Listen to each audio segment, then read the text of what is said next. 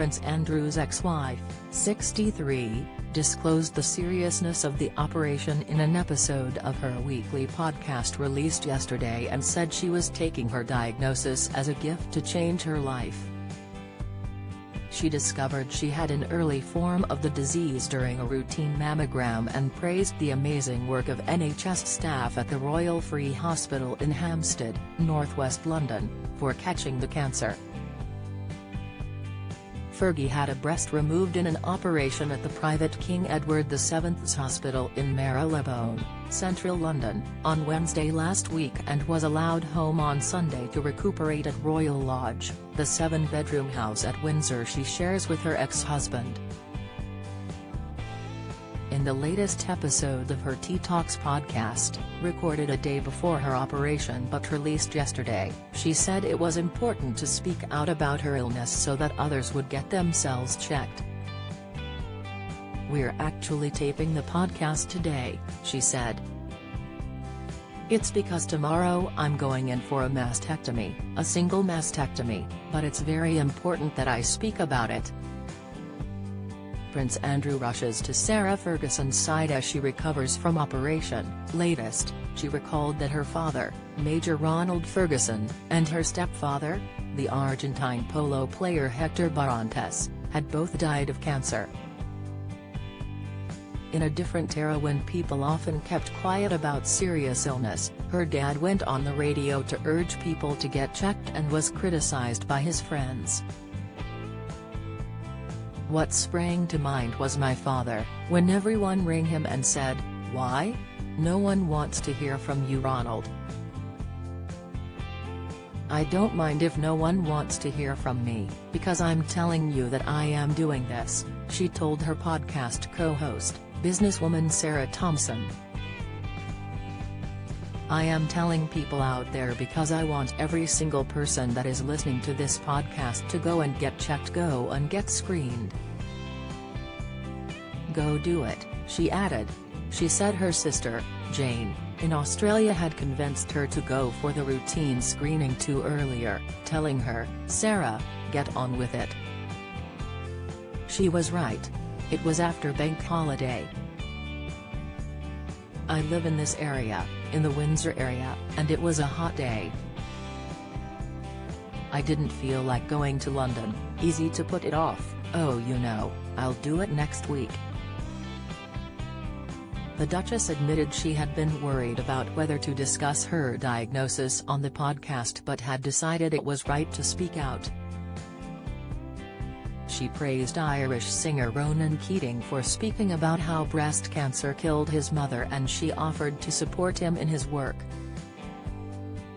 She and Ms. Thompson discussed how survival rates had improved dramatically and were helped by early diagnosis through regular screening. Fergie said, "I went to the Royal Free Hospital with the NHS. Amazing work there, and had it not been for that extraordinary, they put an injection in you to contrast and then it shows the contrast, and it shows them where to go.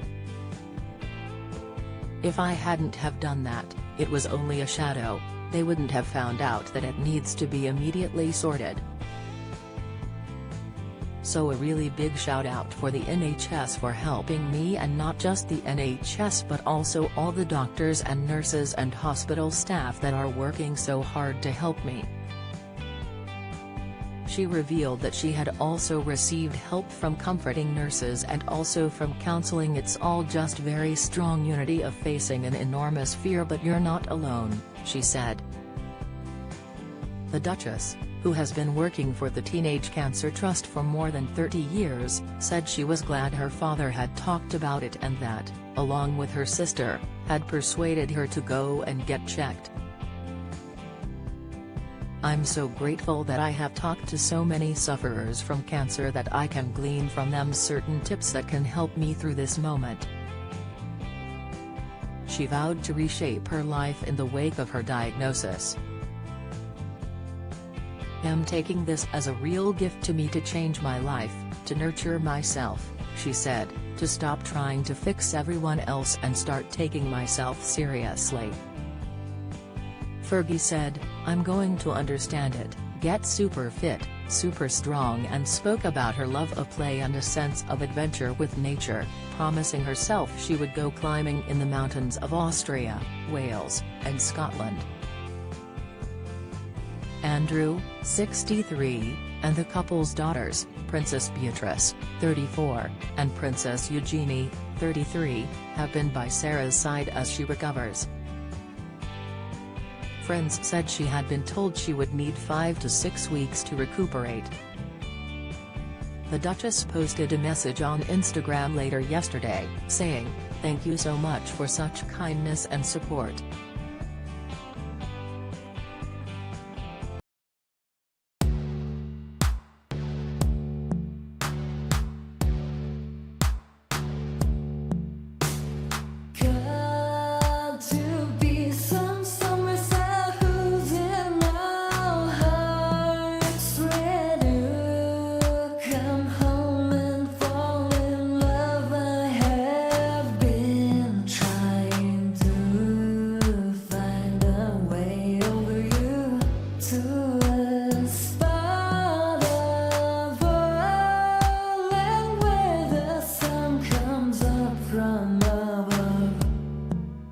Now take